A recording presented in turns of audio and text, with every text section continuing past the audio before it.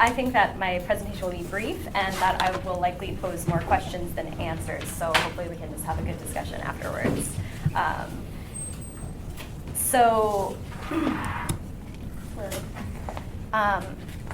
A friend of mine who I invited to attend this panel asked me a question in response to my invitation that I think I wouldn't be wrong in anticipating might come up during our Q&A. So I feel justified addressing it here briefly, and that is the question of what is sexual liberation. So like the question of freedom at large, I would suggest that we, being citizens of the wrong world, to quote Adorno, are not in the best position to answer this question. But we can know some things about sexual liberation. At the very least, it would mean the capacity for sex and sexual relationships to manifest in a variety of forms instead of a limited number of traditionally prescribed norms. And it would also mean freedom to the greatest extent possible from the constraints of unwanted pregnancy, infections, sexual violence, and moral and legal constraints on pleasure.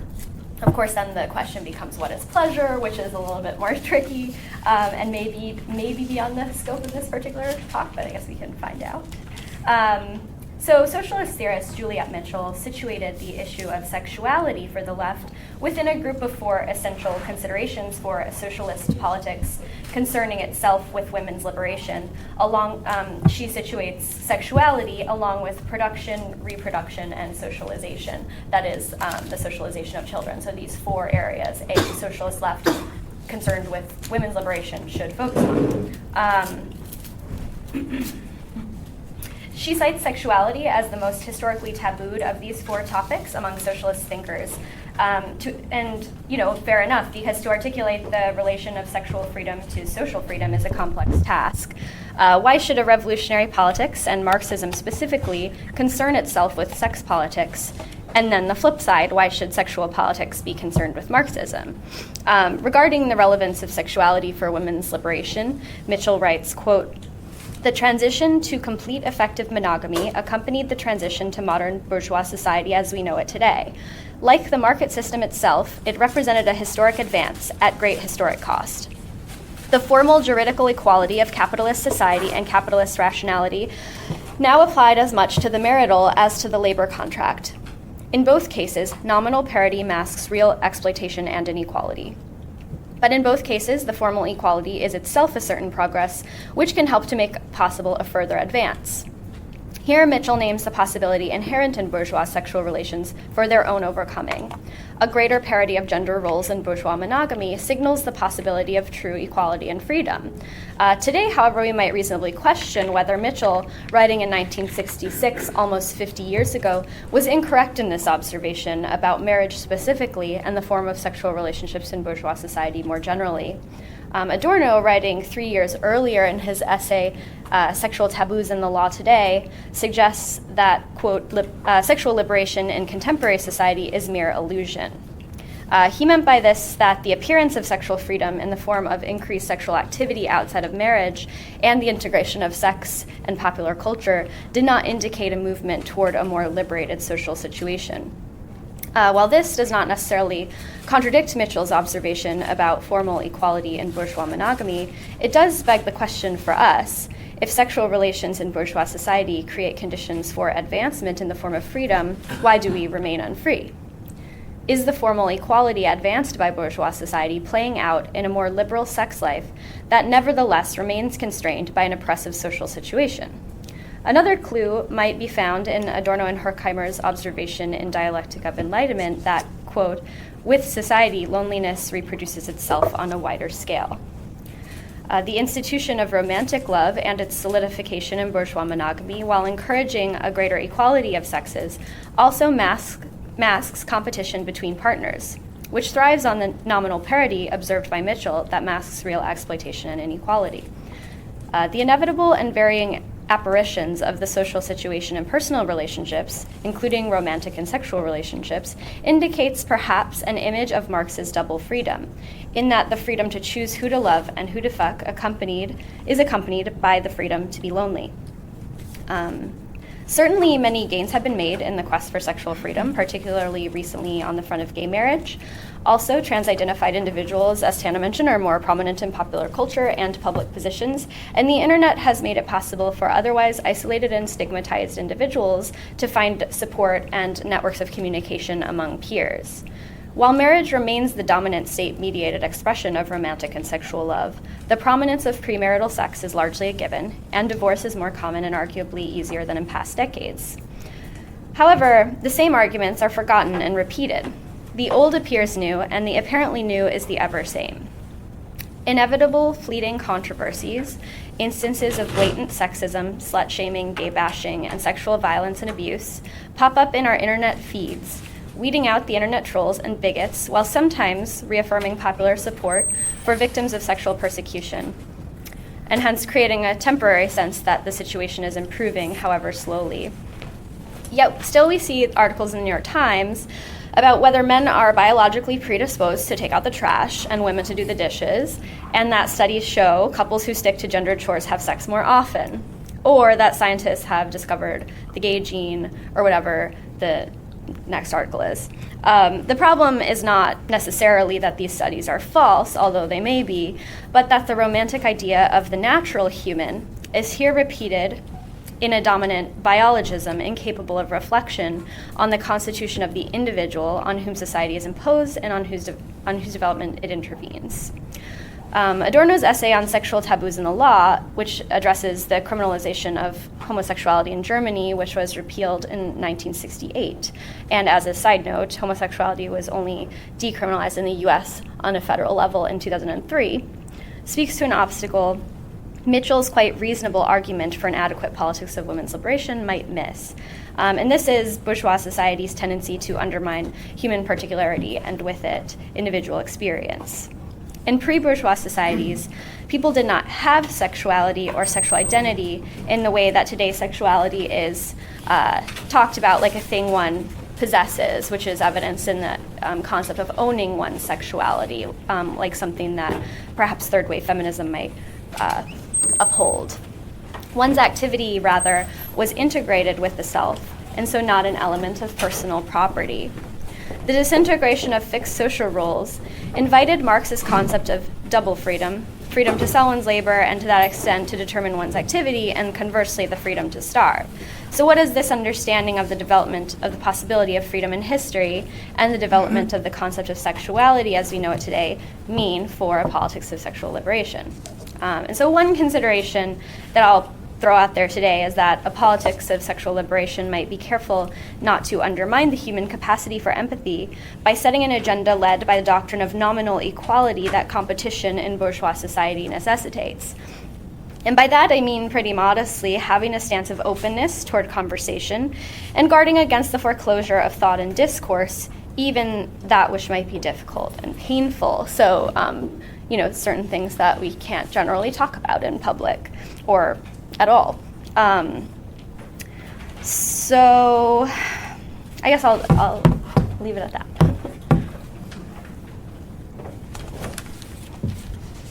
Yeah. There's no. Now you can just go and then we'll. And then there's going to be a Q&A about it for everyone. Okay, so my name is Cornelia. I'm not a member of Platypus, but I'm very happy that you gave me the chance to discuss with you today. I'm a researcher in gender studies and history of thinking, and a feminist. Yeah, I put this on purpose. And I apologize for my poor English, so if you don't understand me, this might be also due to... We'll consider you inferior. So you just please don't hesitate to ask if... Wait, you're the killjoy. Yes.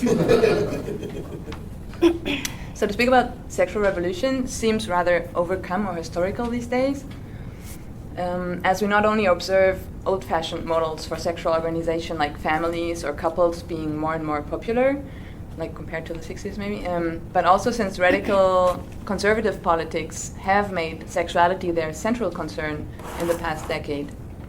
They did so in proclaiming sexual modernity for what they consider to be Western society in order to legitimate their racist politics, while simultaneously undermining all projects of sexual liberation in the US, for example, by this debate on birth control pills on Medicare, or in Europe, in threatening or abolishing the right to interrupt a pregnancy, or in criminalizing sex work. In this sense, sexual revolution seems to be an anachronism in the Adornian sense, that it recalls a never fulfilled promise that had been made a long time ago. One question for this panel that you have asked in advance was to identify the reasons why sexual revolution of the 60s failed. Hey. Why have the promises never been fulfilled? To make it quick, I believe that the reluctance to integrate feminist critiques of sexual violence and sexism in the very idea of sexual revolution is what made it fail, and what also made coalitions of feminist and leftist struggles quite difficult. Although many feminists situate themselves as being part of the left, feminism is still not a recognized part of leftist struggles today, I would say. Well, we can discuss this later. The women's liberation movement, of what some called the second wave, so at the end of the 60s, beginning of the 70s, has partly been a reaction to the so-called sexual revolution. In Frankfurt, Germany, I'm German, feminists threw tomatoes at the representatives of the SDS, the socialist students, scanting "Die Herrschaft der Schwänze hat ihre Grenze," which could be translated as "the rule of dicks has to come to an end," and spread leaflets that were precisely directed against sexism in the left, and it criticized that besides the fact that women, in the fantasies of their male comrades, had to be at their disposition, sexual revolution did not imply for them a change of conservative gender arrangements. So this already points at different understandings of sexual revolution. Are we speaking about the liberation from repression of sexuality, or are we speaking about changing the sexual order in society? In the past decades, the majority of leftist statements on feminist or queer politics have denounced feminists and queer politics for being neoliberal and promoting a gender or sexually flexible society. These statements have not facilitated alliances. On the contrary, my impression is that after the 60s, the left has not produced noticeable reflections on sexuality. This heritage has rather been taken up by feminist and queer theory and practice. The great majority of the left has remained hostile to feminist and queer issues.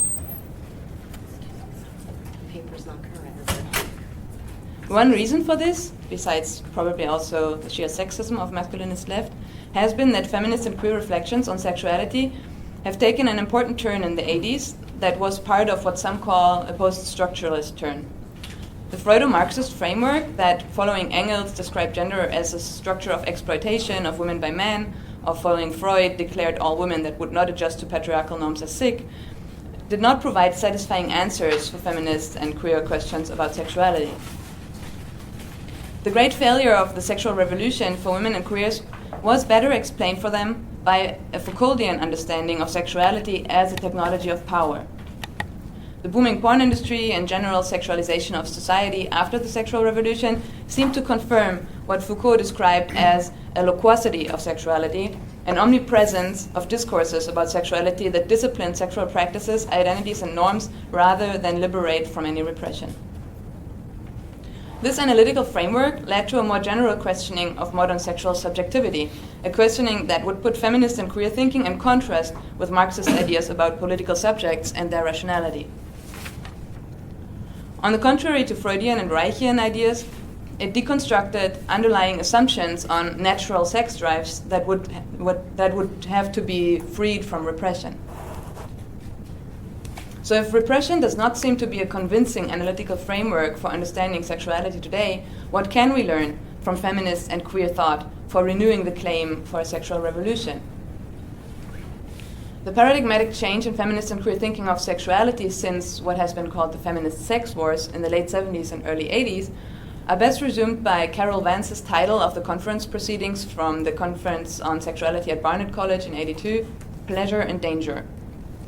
The challenge for feminist thinking was to claim sexual pleasure for women and genderqueers, while at the same time analyzing the potential dangers of sexuality in a still heteropatriarchal society. It's the difficulty of that task that brought the controversy its dramatic name, sex wars. Alliances by some feminists with conservative and state forces against sexual minorities and pornography were forcefully criticized in this context, while the reasons for these alliances, violence against women, were taken into account.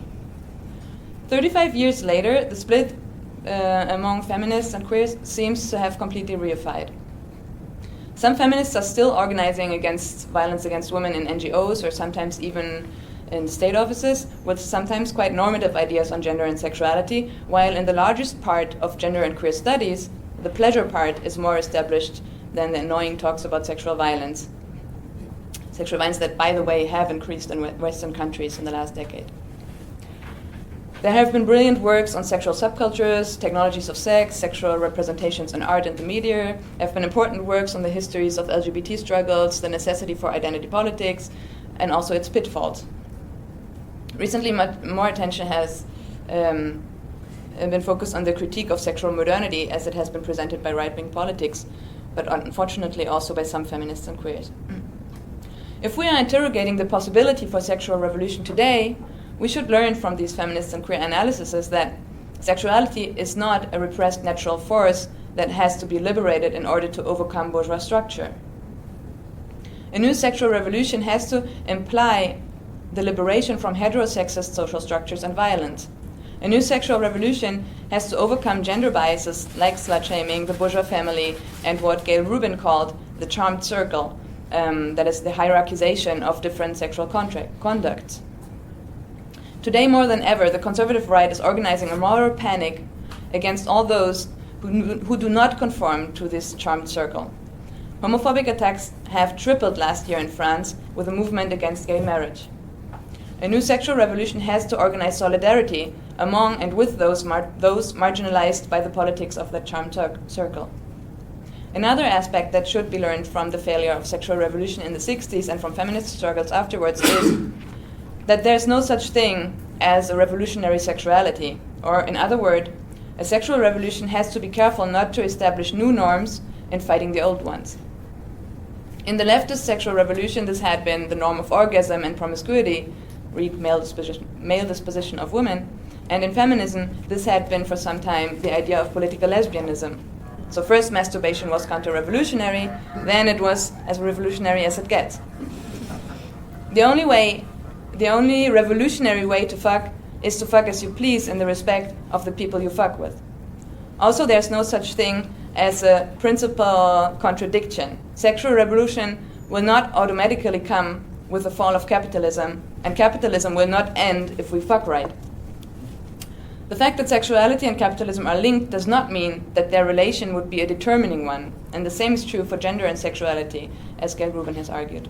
So to conclude, I want to argue that sexuality is not a thing that could be liberated, and neither can or should we liberate ourselves from sexuality, but it needs to be understood in its historical, social, and political context, in which the most urgent struggle today is to fight the conservative witch hunt against feminists and queers, a struggle that the left should join. So I was thinking that maybe before we open it up to everyone, if either of you wanted to respond to what either of you said in your talks. Yeah, I think that there's several layers that I would like to address and kind of bring up questions. So, okay, I'll just keep it simple. But the issue of the left's inability to allow for the integration of a feminist or queer feminist politics. I have general questions about this issue of integration, because it seems like constantly this is like just a point of failure for the left, right? But kind of on the contrary, I think that one of the things that Lonely Christopher, if he was here, was going to talk about was the issue of queer resistance and subcultures and subversion versus integration, and kind of for example, the issue of gay marriage, where many people were critiquing this as just adaptation to heterosexual and patriarchal norms. So I guess the question then I don't know, it's a big question for me. What does the left, traditionally male hetero-dominated left need to do to like make room for or integrate? And if there was an integration, would queer sex politics lose saliency? Because there's this issue of like co-optation. Does that make sense? Like some things kind of through, like the idea is that through being on the margins, they can retain a certain amount of criticism that then like dissolves when integrated into a more mainstream movement. Mm-hmm. Do I answer first or do I ask you first? Whichever you want. Well, it's a complicated question because I think it's not I think at the left, which would be important, would already be like more sensitivity to leftist, feminist, and queer politics, like to just like learn about it, to listen and to take it into account. That would already be a first step. But then I think it's rather a politics of alliance than. When I say that I don't think that the relationship between capitalism and sexuality is not a determining one, I want to say that the struggles are not identical. So there needs to be a feminist movement. Like it could not just be part of the left, or like the left could not just be part of feminism. I think there's like, or what Cornelia West the other night, like 2 nights ago, called like, yeah, we're used to like overlapping fights. So there's a big zone of overlapping, I think, but it's not identical. And so at some point, I feel that it's just a question of solidarity.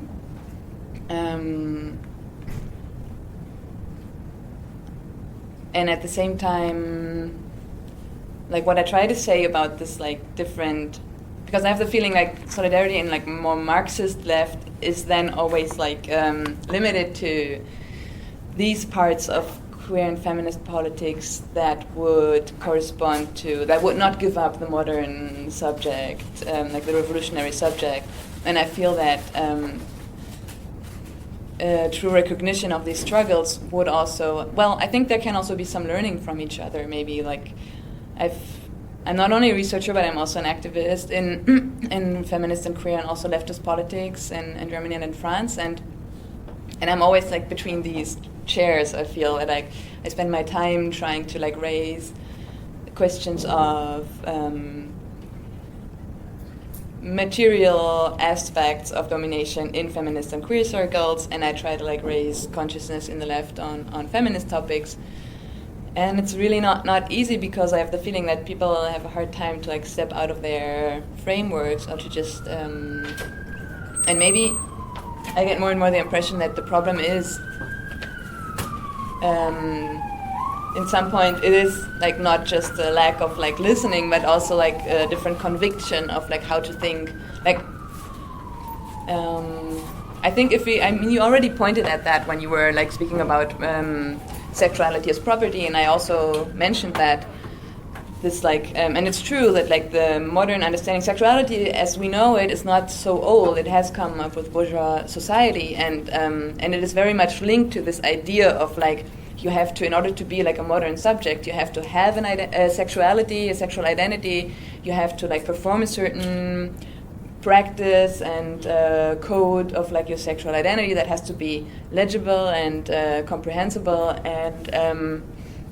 and this also has a lot to do with your agency or with like how you can act in society. Like if you are not legible as this sexual identity, then you get in trouble. And I think like maybe feminism and queer politics do ask interesting questions about like maybe the left should also like take up these questions on like there have been a lot of interesting or important points in questioning this form of rationality that opposes like this understanding of this modern understanding of sexuality for me like draws this picture of like sexuality as the other to reason or something, and that you then like control as a modern subject. You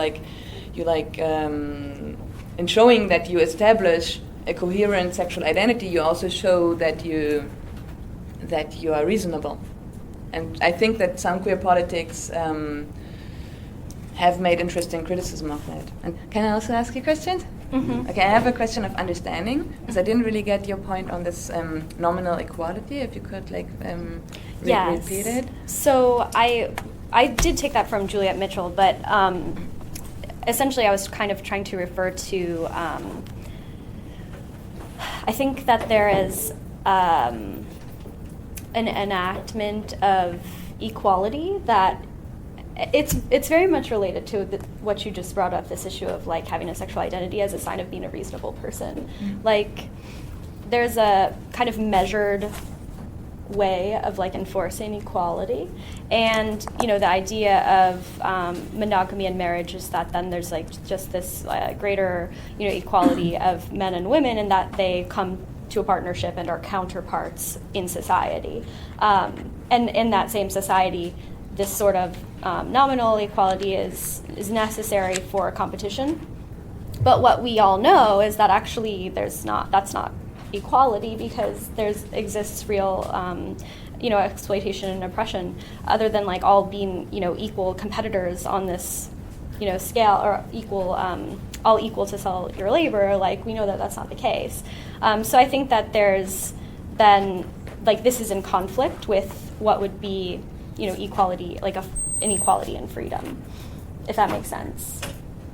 I'm still not sure. Not Equality and freedom? Meaning like, I'm trying to think of the best way to explain this.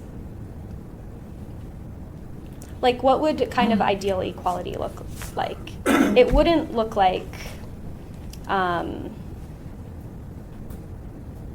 I'm just trying to think of the best way to describe this. So, okay, let's take for example something like the tension between diversity and tokenism, where sometimes the idea of equality actually takes the form of tokenism, which is like degrading to true individuality, whereas like a true equality that would be, hopefully go hand in hand with human freedom would actually be able to take into account particularity of the individual, as opposed to like having this like reasoned, measurable kind of progression.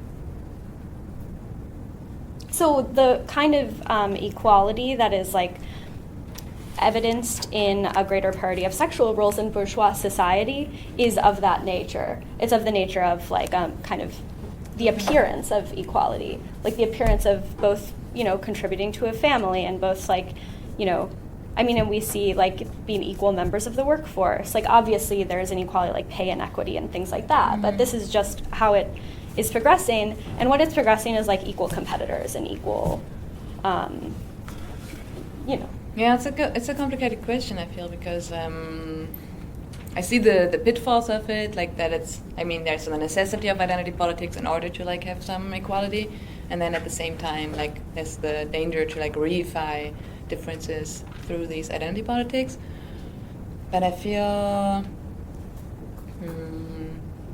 like gay marriage, like it has been like this huge, I think also in the US it has been a big debate lately, no? But like in France it was like with the law, of course. I normally live in France, and you just voted for it in France, right? Exactly. And there has been a huge movement of like 1 million French people in the street demonstrating against gay marriage, and this is also the context in which homophobic attacks have tripled. It has been a huge coalition of bourgeois, white Catholic, conservatives, anti-government protests. There's a so-called socialist government right now, and real neo-Nazis, like serious neo-Nazis. So they've all been together in the street, and like the recent elections. Maybe somebody followed the news with like 1 of 4 votes for the European elections have been going to the extreme right. Like we're not speaking about conservatives. Front National is really, really Nazi. And the anti-gay marriage movement is one of the forces that energize them, right? Exactly. So they not only energize them, they like I feel they really lifted them to like somebody you can speak with and discuss with, and like they really with this huge alliance, like they never ever like spoke out and like barred they really made coalitions with these right wing forces, and like at no point ever like problematized the participation of the Nazis in their demonstrations that like encouraged all these like aggressive, like really physical attacks. Like the one young anti-fascist was killed last year, like exactly 1 year ago in Paris, beaten to death by neo-Nazis in Paris. So there's really and I feel that under these circumstances, it is really hard to like be standing there and be like, yeah, but gay marriage is like just like it just feels like it's a context of like violence where it's really hard to nuance your points of views and be like, yeah, you know, marriage is like actually not really cool, which I also believe. Like I hate, like I really, as a feminist, like I have a hard time with marriage, obviously. But like I always thought, like when we went to the demonstrations, I always thought that I will never forgive these Catholics and Nazis that they make me demonstrate for marriage. But but it's like you couldn't not go there. There were just like so many and like so violent. And it's, Okay, it's just can I like just, what I'm just gonna, maybe Jamie can have a chance to respond to what I just wanna Cornelia respond said, and really then we should open it up to the audience and then have a more full discussion, because this ends at 11:05? No, No, no, no. 11:50. 11:50? We have an hour. Oh, well then. Yeah. So we lacked Okay. one of the speakers. No, so I actually, what was I going to say about that? Oh, so this issue though, where it ends up sounding conservative to like question the institution of marriage in this specific instance is that's the problem that we are facing right now when we're trying to talk about sexual liberation, because like you know, all these sorts of kind of issues that pop up, like to be able to have a full comprehensive ability to question and talk about. That's why when I ended, I wanted to kind of suggest the ability to discuss, like just propose the ability to even talk about these things with openness. Like there's plenty of stuff that like you'll say it and then the room goes silent. And it's these things which is determined by the contemporary political situation, where you're trying to like weigh what's best, you know, with what is the kind of lesser evil, but also, I mean, what gets kind of foreclosed by, I don't know, I mean, maybe popular consciousness. So that was just a quick response. All right, so I saw some hands, I think. I saw one over there. So 1, 2, 3, 4. All right, I'll take Steph. All right, Since go we ahead. have some time, Yeah. could we do like one at a time? Yeah, because I definitely was off on the, yeah, because Oh, we lost cool. the speakers, so we don't have to do the 3 at a time. Okay, We'll do good, the good. 1 at a time. Well, I don't really know whether I've got a question or a comment. In any case, I think it refers more not so much what we've been discussing now, the current political situation and how to act on that, but more at a theoretical level, how to combine a Marxian framework with feminist framework, I think. And I would like to take issue with what you referred to, Jamie, as gender nominal equality that has been advanced within bourgeois society in general. And because I think if you take into account a lot of historical work in feminist and gender studies, then the story gets more difficult, because it's not just nominal equality. You also have, at this point that bourgeois society develops from the 18th century, maybe we want to locate it there in time. You have a qualitative difference that comes up, a new concept of understanding the difference between masculinity and femininity, between men and women, as something fundamentally different now, and that is also rooted in nature in the last instance. So I think, yeah, there is this tendency towards equality, and I would say that has something to do with the equal exchange of commodities. But I think you really also need a concept of masculinity and femininity as being asymmetrically, hierarchically positioned, and as being constructed as qualitative difference, and that is also, in my understanding, an integral part of bourgeois society. And what I find most useful is to have a historical perspective on that and follow how this qualitative difference in some way becomes, because today we not so much think of men and women as fundamentally different, but then you also find instances where this idea still kind of pops up. And I think this is also linked to the fundamental difference thesis to white heterosexuality as the norm, because then if these two sexist genders are fundamentally different, then they need to complement each other. So, Yeah, that's an interesting point.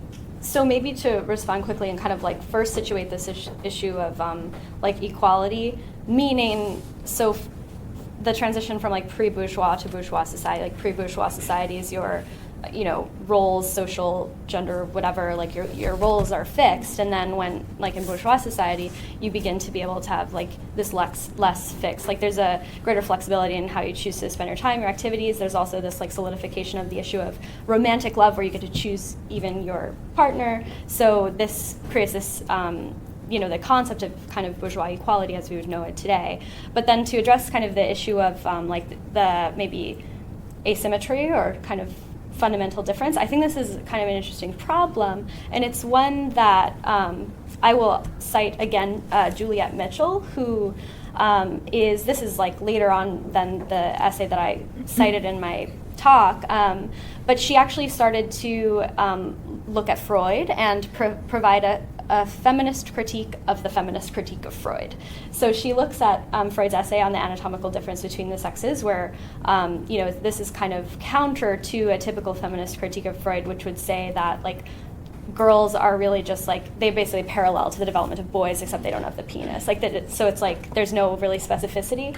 But Mitchell is arguing that actually Freud does present a concept of the specificity of female development, and furthermore, this should be essential to a feminist understanding of unequal social roles between men and women today, because Freud is writing, he's analyzing the constitution of the self in bourgeois society, which is then symptomatic of that society.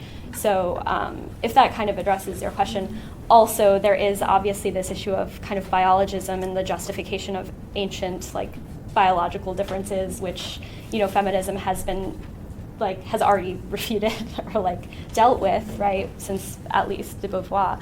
But where we are like reading in popular magazines about, like I mentioned this, like do men have biological predisposition to do like male chores, like these sort of things that we still keep, like women decorate the home, like they're still there, but we like can be CEOs or however you want to conceive of that, which would be an example of nominal equality.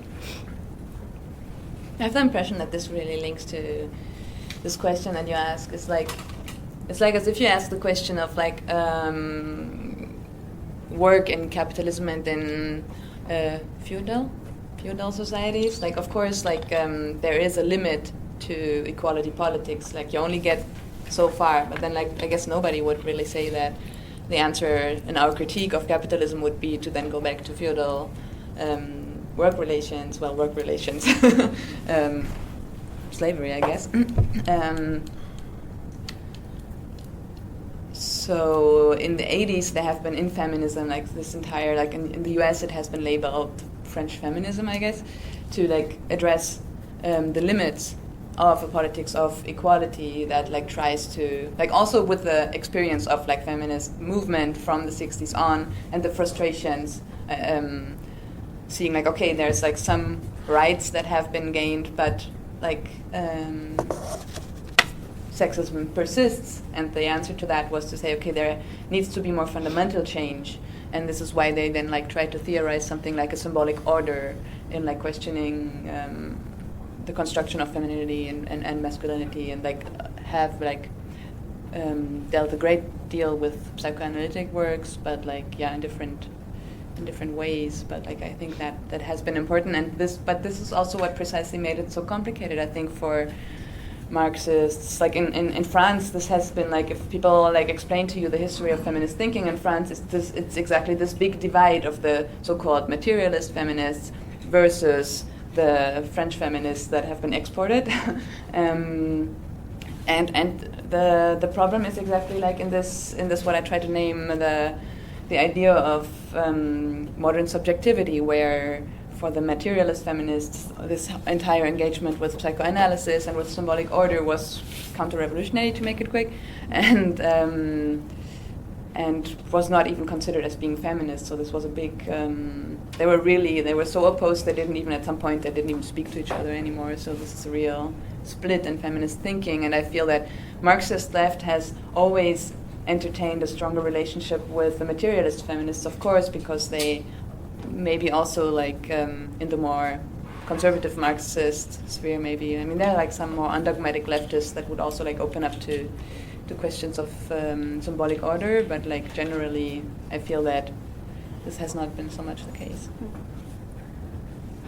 So, Pam. I'm sorry, Jamie, I wasn't here to hear your thoughts, but the division that Cornelia you posed between this issue of like sexual liberation or this kind of like sexual liberation from repression specifically, and then this sort of more Foucauldian understanding of like discipline, sexual violence, and that being to eradicate sexual violence in this form of repression. Like I wonder if there is a, not to be crude, but like a middle way or a way in which both problems are somehow addressed relatedly. Like the only essay that comes to mind, and again, when you were talking about the vision of material feminism, sort of symbolic feminism, it's interesting to hear because I'm not familiar with this history, but that the material feminists would see something like the Freudio-Marxian perspective as being sort of,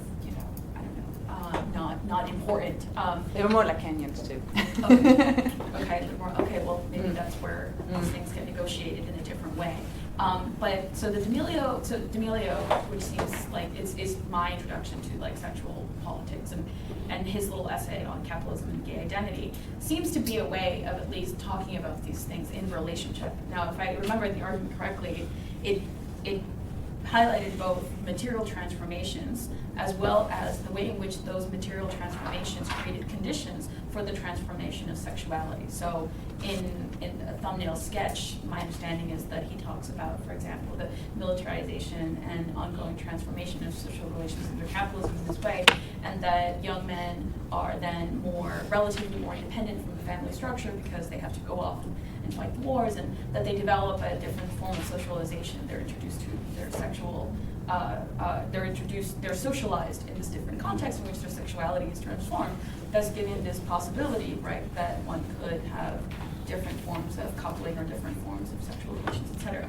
But D'Amelio brings it back and says, well, as much as this is a potential opportunity, a potential opening for experiencing one's sexuality differently, that capitalism still maintains this relationship to the family structure as being the primary way through which people become socialized. So there's this sort of undermining of this potential. And it's kind of this interesting, the reason why I think that's really appealing, at least that perspective, is because it sort of highlights something that maybe Jamie was talking about, this sort of like openings within like bourgeois society that allow for a certain reformulation of social relations, including sexuality.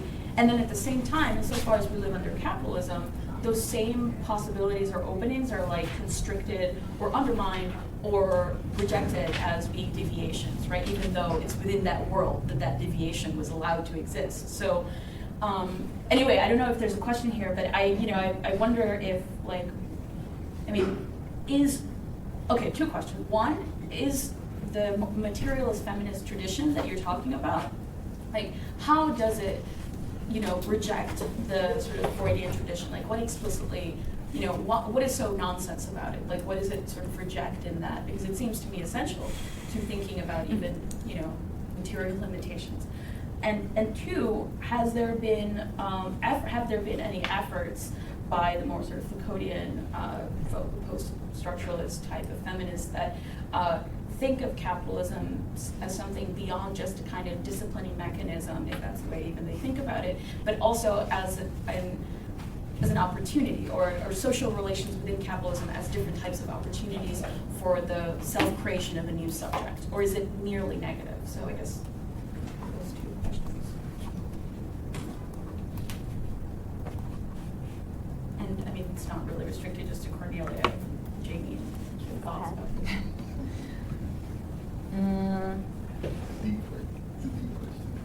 It's a big question. Two big questions, and but thanks a lot. It's a very interesting comment too. On your comment first, can't there be something in the middle, or can't you combine this? Like I've spent a lot of years in my gender studies, figuring that out too. I was like, why would you I don't know, but that's also maybe that's not so interesting, but maybe in situated context of knowledge production. I grew up in Germany, and so I was very familiar with the Frankfurt School tradition, where for me materialism and psychoanalysis was not in opposition. I grew up in a context where this was perfectly matchable, and also in the feminist thinking like there have been an entire school of feminists inspired by that and tried to like adapt critical theory to women's questions or feminist issues or whatever. In France, this is not so much the case, and I think that the materialist feminists rejected psychoanalysis and Freud so much, and also Lacanians, because they considered themselves, like they have their own specificities, but they were sort of like in an exchange with socialist feminists internationally.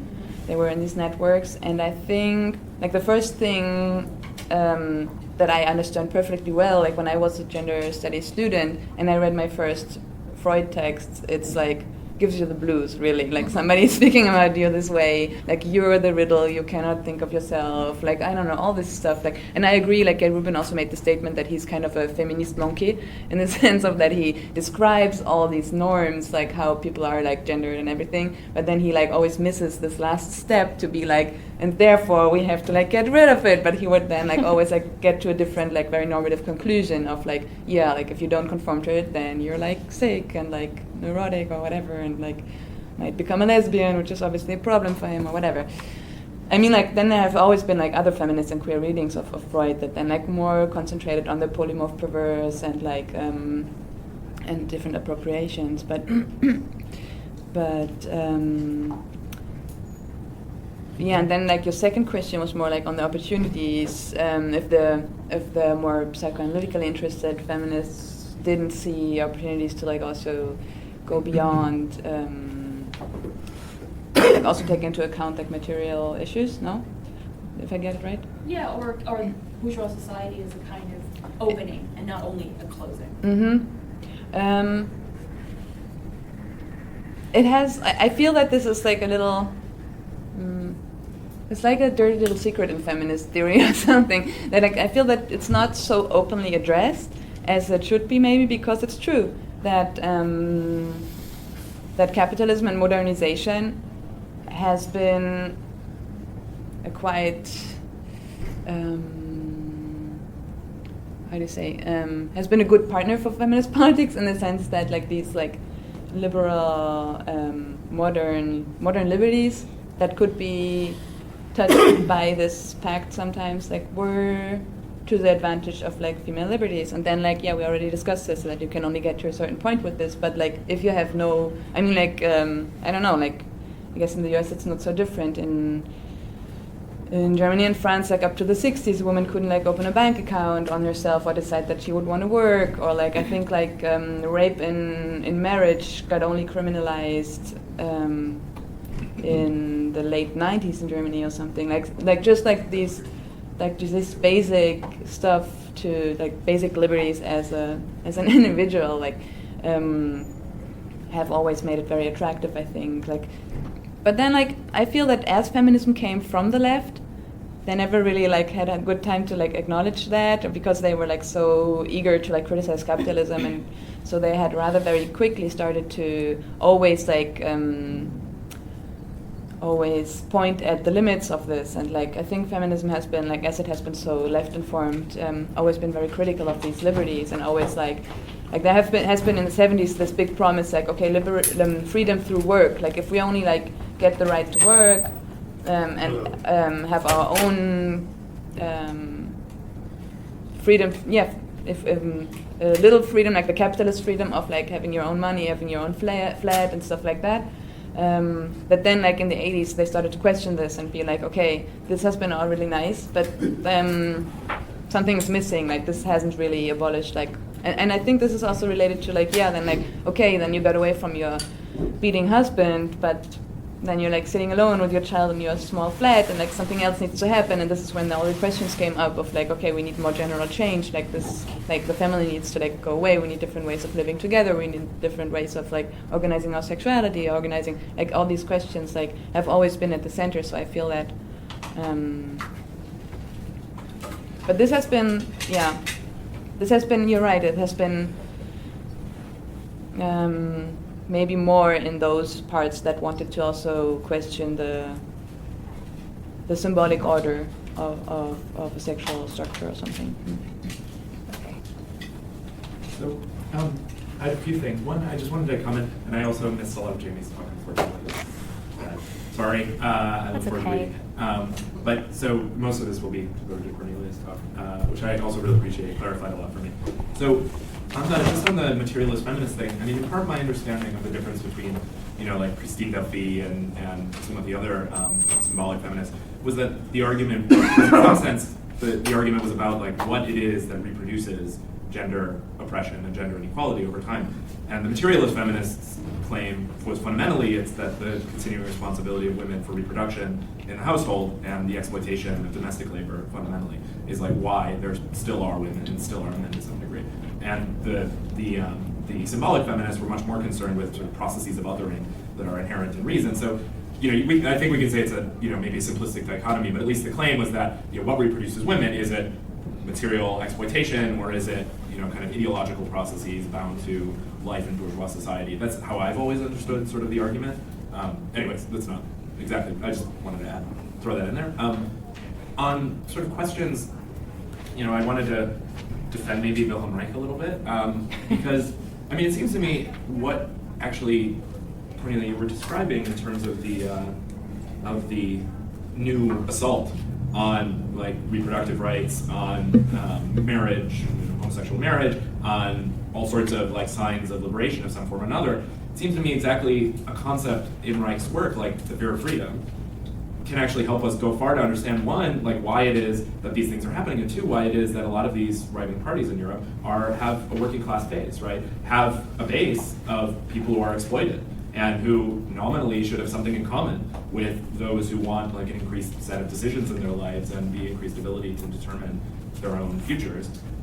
That the idea of the fear of freedom, the idea that there are like from a very young age people are trained to some extent to like be in terror of like a sense of openness and to deal with reality in highly rigidified, clear, divided ways. That seems to me a concept actually that maybe is more relevant than ever insofar as we want to understand like new right-wing movements and understand how to articulate a way of pushing against them without, sort of, while trying to understand what's behind, like some exploited people trying to destroy other exploited people, trying to hurt them.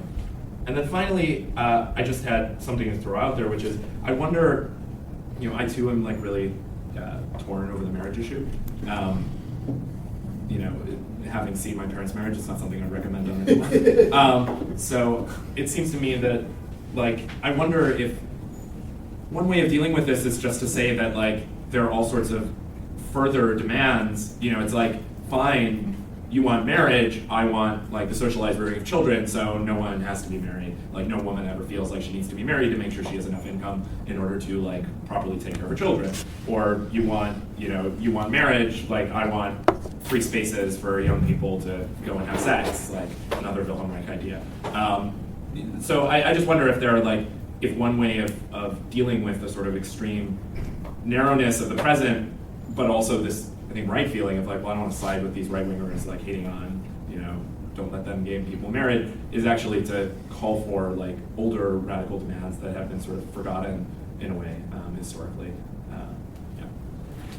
And this is, Jamie's welcome to say anything. Apologies. Yeah, thank you for your questions. My problem with Reich is not that he like. He was anti-homosexual, so I'm not defending. But he was like anti-gay and believed in the development, blah blah blah. Yeah. Yeah, my problem with him is rather is not like that. And there is still repressive politics like this, like what I just quoted from the situation of France, and like I think in the US also there's quite an amount of conservative forces. It exists. It's just the criticism of this idea that he has, and I have the feeling that this is quite prominent in the idea of sexual revolution, or like this entire 60s breaking out movement was like as if sexuality, like for me it's a kind of naturalization of as if sexuality would be like, okay, you can like, there's repression maybe, but what is under the repression?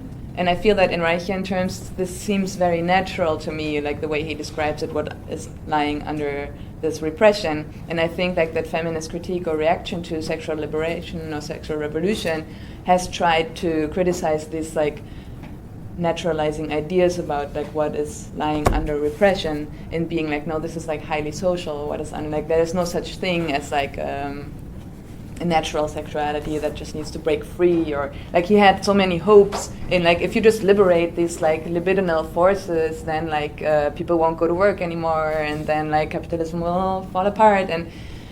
And I think this has proven to be wrong maybe in the 60s and 70s. It didn't really work. Also, like, it didn't really work for feminists and women. Worked for them either. Yeah.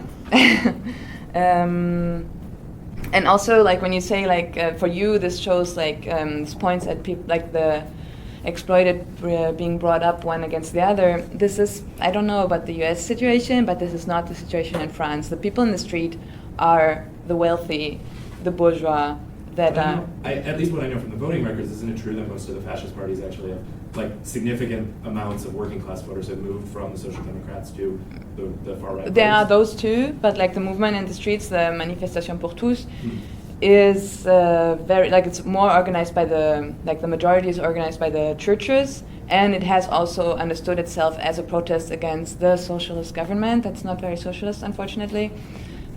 So their problem is also that they're scared, like all this like ridiculous stuff with like Gérard Depardieu becoming Russian because they have socialism in France now. So it's rather the panic in the right wing and bourgeois center about like socialist law, and like it's also, it has to be understood as an anti-government protest too. This is what sometimes, like, maybe because I'm not like from a bourgeois context, and like sometimes I feel that nowadays, like a lot of the, like, in the same sense that there has been this argument, well, the white and Christian ones are so feminist and gay friendly, and it's all these like bad Muslim and brown people that like beat their women and are so homophobic. Like, this has been a very strong argument in Europe, also on the state politics level. And I feel there's a quite similar argument towards working class populations, where then like there would be this phantasm about bourgeois society being like, or bourgeois class being like more sexually liberated or like more gender equal. And like the recent study like has come out on International Women's Day this year. A survey on violence against women showed that actually the biggest increase on violence against women in different European countries is precisely in academic and higher upper class strats. So it's like not to say that like there would not be such a thing as violence and sexism in working class, but it's just like I'm sometimes a little. It's not a working class disease. Exactly. Thank you. Yeah, I mean, I'll just say that, you know, one of the reasons I think Reich is would be of interest to a politics of women's liberation is his kind of analysis of the tension between like rationality and irrationality in society, and, you know, like the idea, or his question, like in conditions of like material deprivation, instead of asking why do people steal, like why aren't we asking why are more people stealing, or like what are these kind of structures that are created that like are holding people in place, you know, materially, sexually, like why is there this whole structure of like sexual morality that is enforcing this repressed situation? Why are more people kind of like doing something else? And I think that is a question that, you know, we would still want to ask, and particularly in like these, you've brought up like so many like regressive laws that are only recently changed. Like I was reading that, you know, in the United States, I think it's Mississippi, Alabama, and Virginia, it's illegal. The sale of obscene objects is illegal, or it's illegal to sell sex toys essentially, but that's defined as something like an object intended to stimulate human genitals. So like whatever that is, it's illegal to sell it. But at the same time, this is an unenforceable law, like, because, you know, there's plenty of arguments that one could make, and also, I mean, there's various reasons, but the fact that it is an unenforceable law doesn't really justify the fact that it exists, because people, you know. But, so that said, I would just maybe say that it would behoove us also to kind of reflect on the fact that when we are talking, I mean, and with this issue of like rationality and irrationality in mind, like questioning like these laws that are seemingly irrational have a certain rationale, like there's a reason behind that that people are doing it, like people are afraid of sex toys and they're making them illegal. Why is that? Like, what is the rational reason?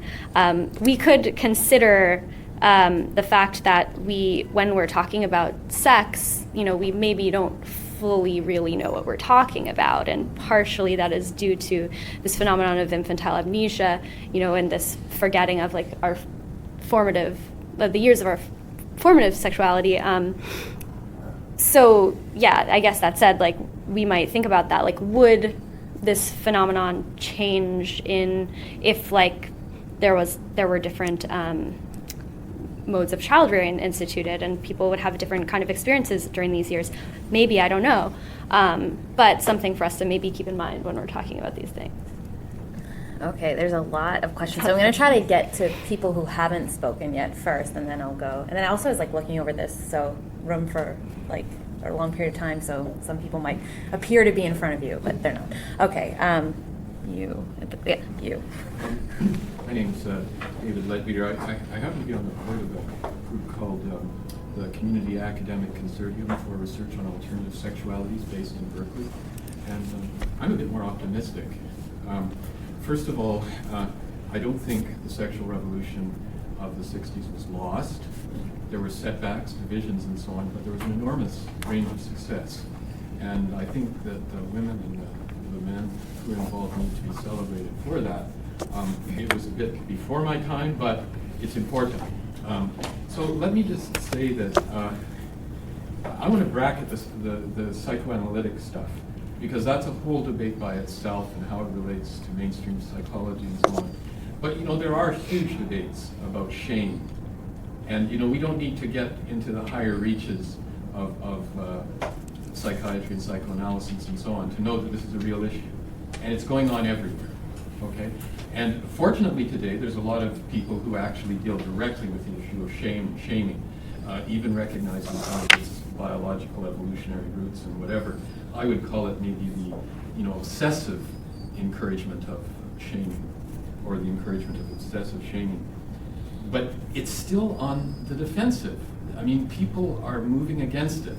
And just to get, let's just talk about perhaps the most liberated quote-unquote area in North America, which is in the San Francisco Bay Area. I don't happen to live there, but I watch it. That most of the movements there for, more free sexual expression are led by women outside the gay community. Okay?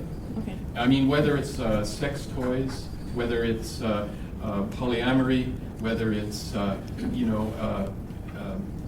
call them intentional communities like Lafayette and Morehouse, or whatever it is.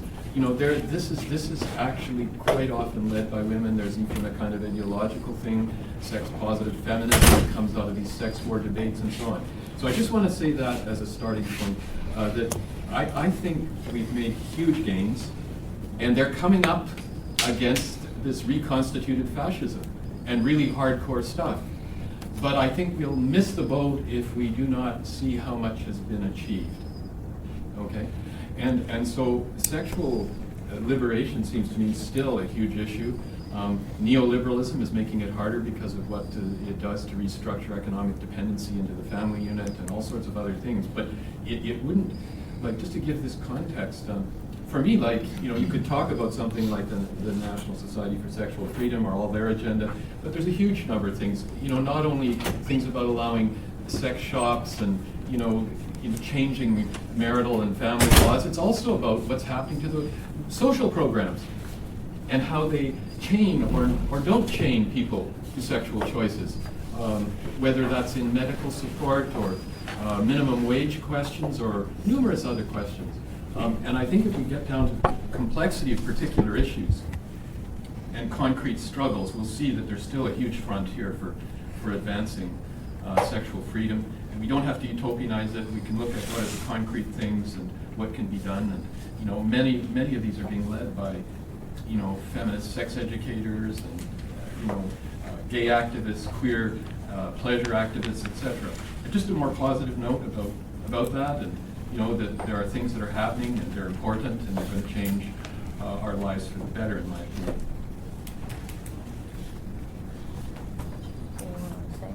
I mean, I would say that I would hope that, in an open conversation that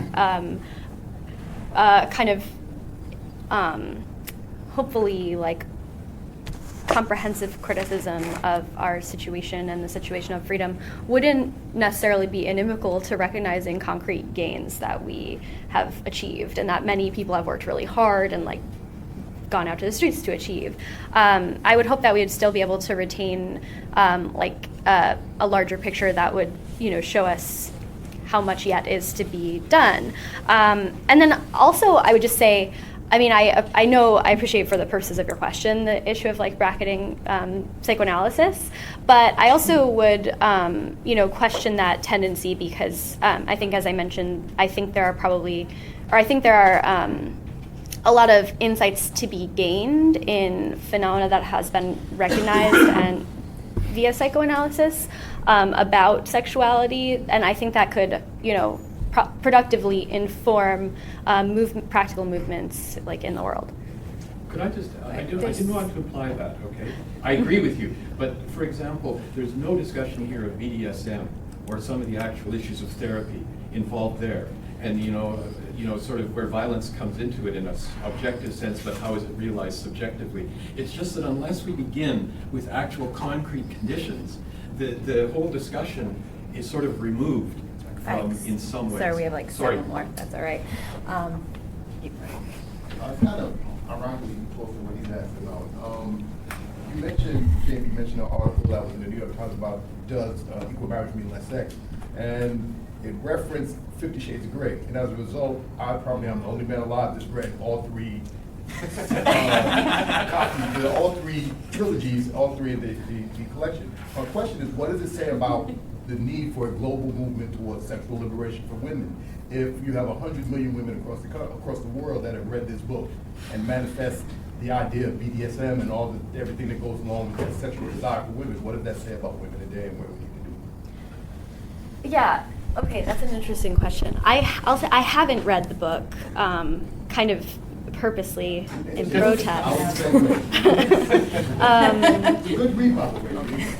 I imagine it probably reads like watching a television show. Is that right? I mean, a lot of maybe contemporary literature is like that. But yeah, I mean, there was all sorts of stuff like this is, more women are like buying, like rope sales have gone up. Like Home Depot's out of ropes because everybody's going to like buy them.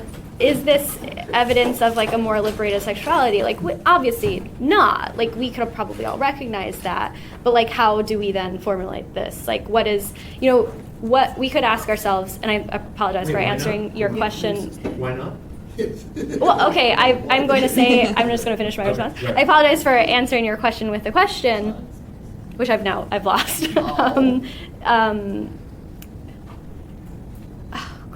What does it mean that women are doing, that women are engaged in this? And I think he was making the opposite point, that like it doesn't show liberation. I think he was saying it shows like people don't want liberation. People I don't don't. know. Were you making the point that BDSM shows that when you were saying what does it mean for women's liberation that BDSM is popular, that means that women don't really want to be liberated? I have no idea what it means. That's my question. Yeah. Okay, sure. You have 100 So that's what he was million going for. Across continents, across cultures, across society that have engaged in this book. So we could consider like what need is this book meeting, and I mean sure, Jeremy, like that's a legitimate point. Like why not? I mean, yeah, I mean I don't know. I guess I have questions. Like is this some sort of catharsis? Is this like something? I mean I don't have anything. I think that BDSM and like these sorts of consensual expressions of sexuality, sure, obviously, like we could see people getting enjoyment from all sorts of things, like, and they should be able to.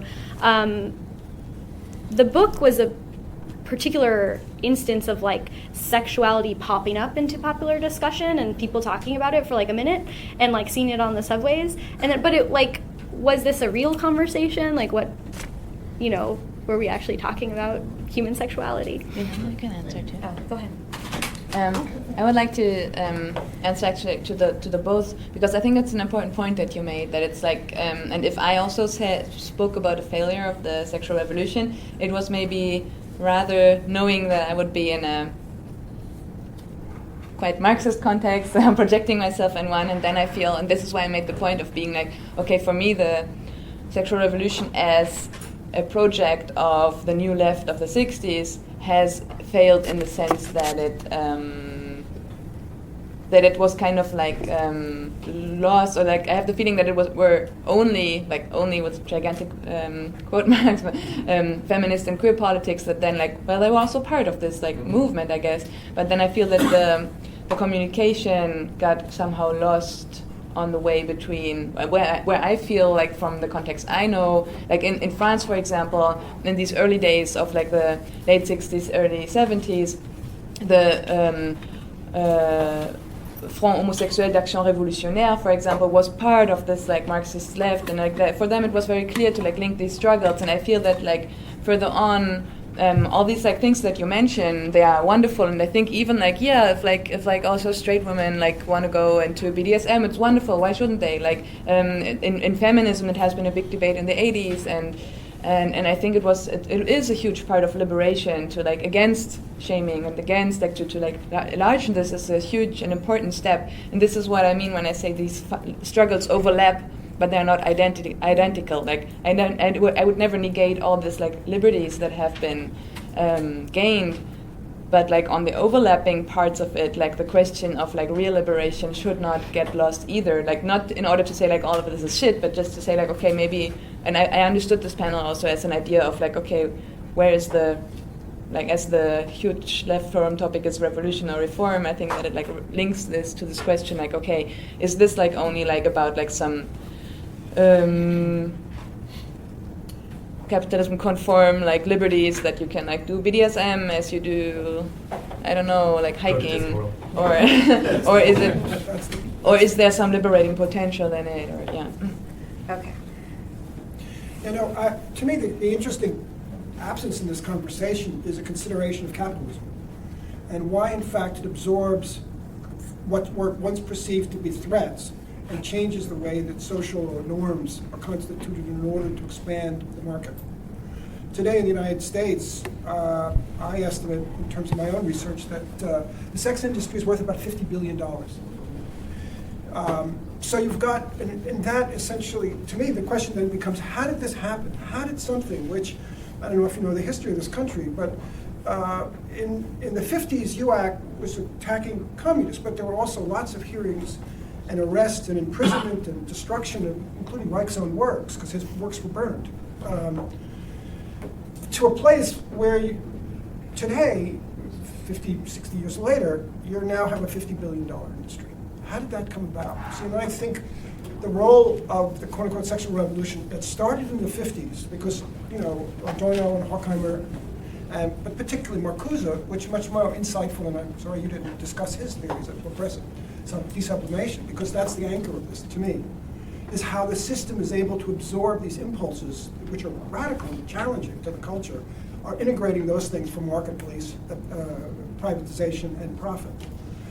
And I think that this conversation, while I enjoyed it, I find it so marginal to the actual struggles that are going on in real life. It's the cutting edge. I mean, so I don't have an answer. I just found that the fact that we haven't identified capitalism and the role of the market as what it brings about, the integration and the essentially repression of sexual liberation. You take something that had a very utopian component to it, and you make it a commodity. And that's an enormously powerful force.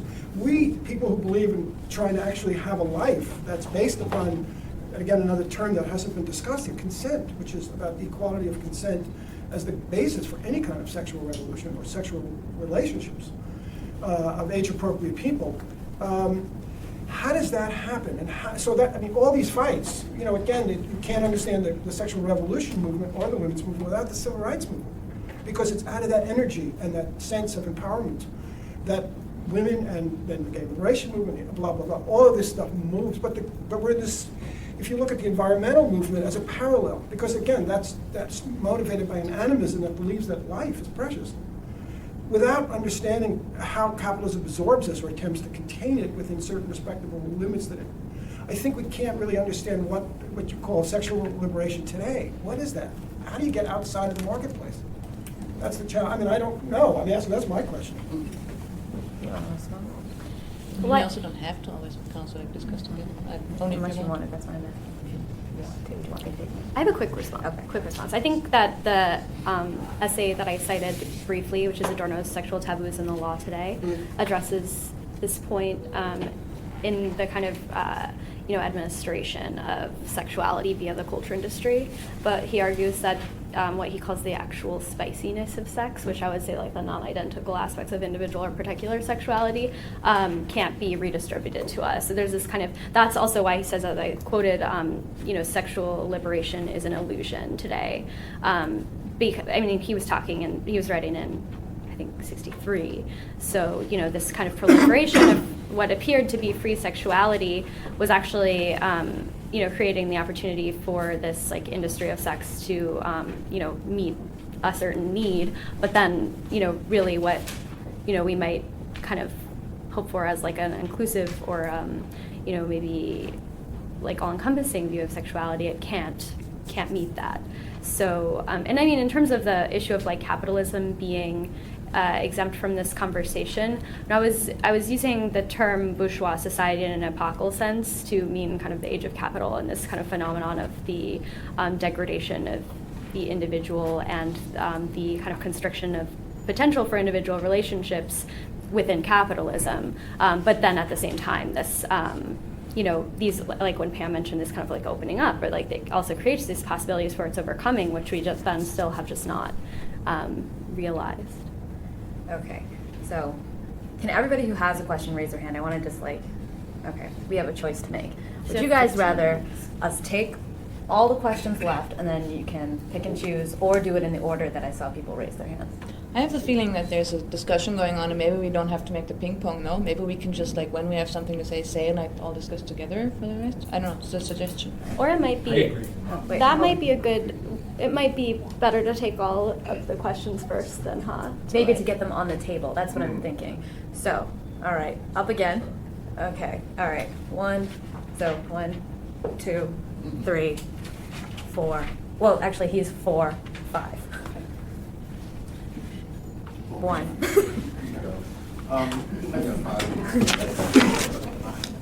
So there's a certain recurrent strain which I'm hearing really about choice of sexuality. Cornelia, you said an interesting thing, that the goal of any movement of sexual liberation shouldn't be to construct new norms of sexuality, that we should have the freedom to choose who we want to fuck, our desire, which is to say that it's individual and it's an individual choice, which is a choice that we make and we perform as bourgeois subjects, essentially. So what if, say, my desire as a subject, I'll leave it be gender, a hypothetical desire. What if my desire is structured by ideas of love? I want to get married, I want to have a monogamous partnership, which is, let's say that's the nature of a desire, of a subjective, individual desire, which reproduces traditional modes of unfreedom and inequality. Whatever the desire is, some sort of desire in that sense. What do we do about that if our very subjective desire is precisely reproducing unfreedom? How do we negotiate that? Is it enough to have a critical relationship to our own desire, to enjoy it symptomatically, or I'd like to stay with this notion of particularities. First of all, if we're going to talk about violence, it's not only within the family. We have to look at the violence that police bring to women all over the world hourly. And it's, I think, significant that the judges that overthrew the criminal laws on prostitution in Canada, those opinions were written by women, including the Chief Justice of the Canadian Supreme Court. All the judges agreed that the criminal laws against prostitution did not comport with fundamental principles of justice. I think you need to look at the changes that have taken place since the 60s. One of the most remarkable is the ability of adolescents to have sex with each other. It was much more difficult when I was growing up. It was much more normal to have sex with people of other generations than it would be to have it. And the possibility of women to have sex without becoming sluts, as well as the shaming that goes on from that. I think that there's never going to be a time when sex isn't problematical. It will have pain and it will have joy, but I think what we've seen is the unyoking of sex from the family and a desire for sexual exploration. And I think that overall those things are positive, and they're divisive within the feminist movement. But I think if you're going to talk about sexual liberation, you need to talk about the sexual liberation that's going on and its progress. Either Jamie or Cornelia could answer this. What is your definition of the sexual liberation in an ideal society, whatever society you think is an ideal society? What is the definition of this sexual liberation means, and how does it relate to the structure of the family that Engels talk about it, in things. And based on that, in capitalist society, how much we can move in that direction, how much we can move in direction to reach that ideal of sexual liberation. One point that I think Jamie mentioned about the laws that still exist in the United States. I'm living in Washington, D.C., and it's still in Virginia, which is just next to the Washington, D.C., there is a law that the two people cannot live together if they are not married. It's still law, but it's unforced. They cannot enforce it because it's not. But it still is in the law of the Virginia, which was part of It's the probably South. not Sir, in the hat. All right. Pam. Okay. I just maybe trying to tie some of these things together, and actually wanted to respond to Jeremy's point, because I think you were kind of teasing out the difference between these sort of more symbolic efforts versus those that concentrated on material problems.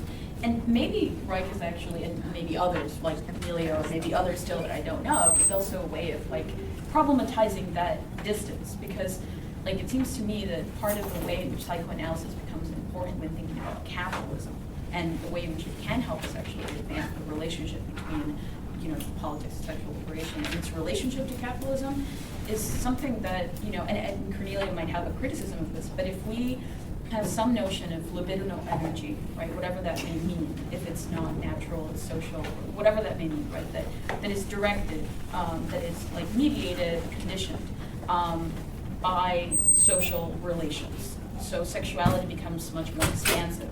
Right, it's not just about having sex with someone or desiring someone sexually, but it's about sort of desire and mediating desire in society through social relations. Well, then Reich and D'Amelio seem to say a lot about the relationship between material conditions and ideological constraints or symbolic realms, etc. I remember Pam.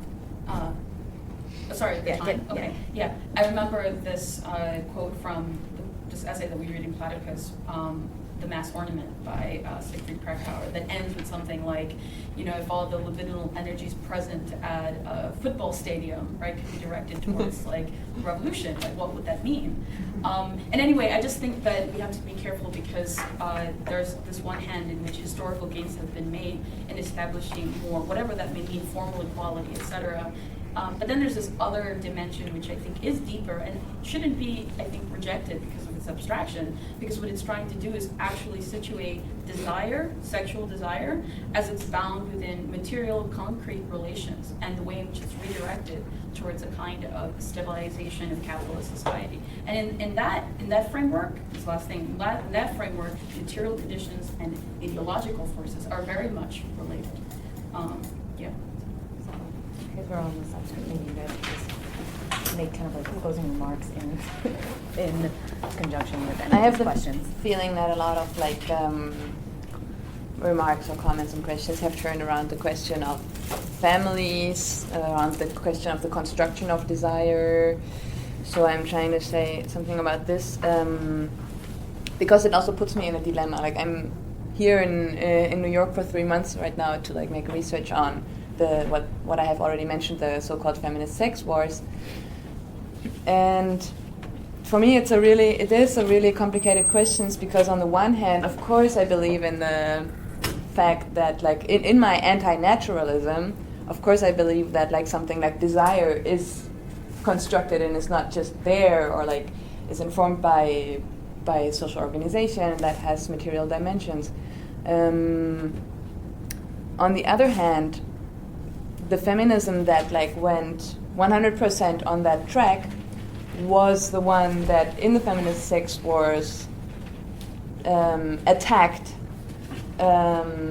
lesbian SM groups, sex workers, feminist pornographers, feminists or lesbians who were engaged in butch and femme roles for saying you are repeating patriarchal violent structures. You're sick or maybe not just emancipated enough in order to understand that if you desire to do BDSM, you are a victim of your own unevolved consciousness that should go beyond this kind of desire. And I think like this sex wars has been very pricey for a lot of people. This has been very violent. There have been real repressions, like people have been like denounced, so they couldn't get anything published. Like people tried to like have people removed from panels. Careers have been crashed. Like it has been a really violent discussion.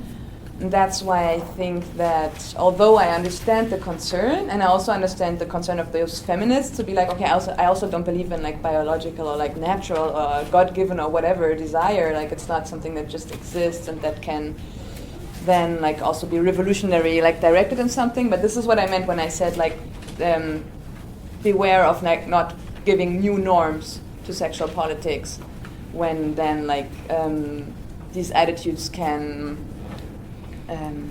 actually really crush people. And then maybe in this sense I would put myself on a bourgeois capitalist liberalism view and be like, if I have to choose, like I would rather choose to like defend people living their sexual choices rather than maybe, yeah. I don't know. It's, as I said, it's a really complicated question because I see the point. Like I also like I don't understand why people would want to marry and like make families, but and I think like as a feminist I still keep on criticizing this and fighting like against it and like and like opening. But I would rather than make politics of like creating alternatives, promoting like like self-cultivating subcultures like as the ones that you mentioned, for example, in San Francisco or. I think it's better than like this repressive politics of like, I don't know, like hitting on those we consider unrevolutionary or,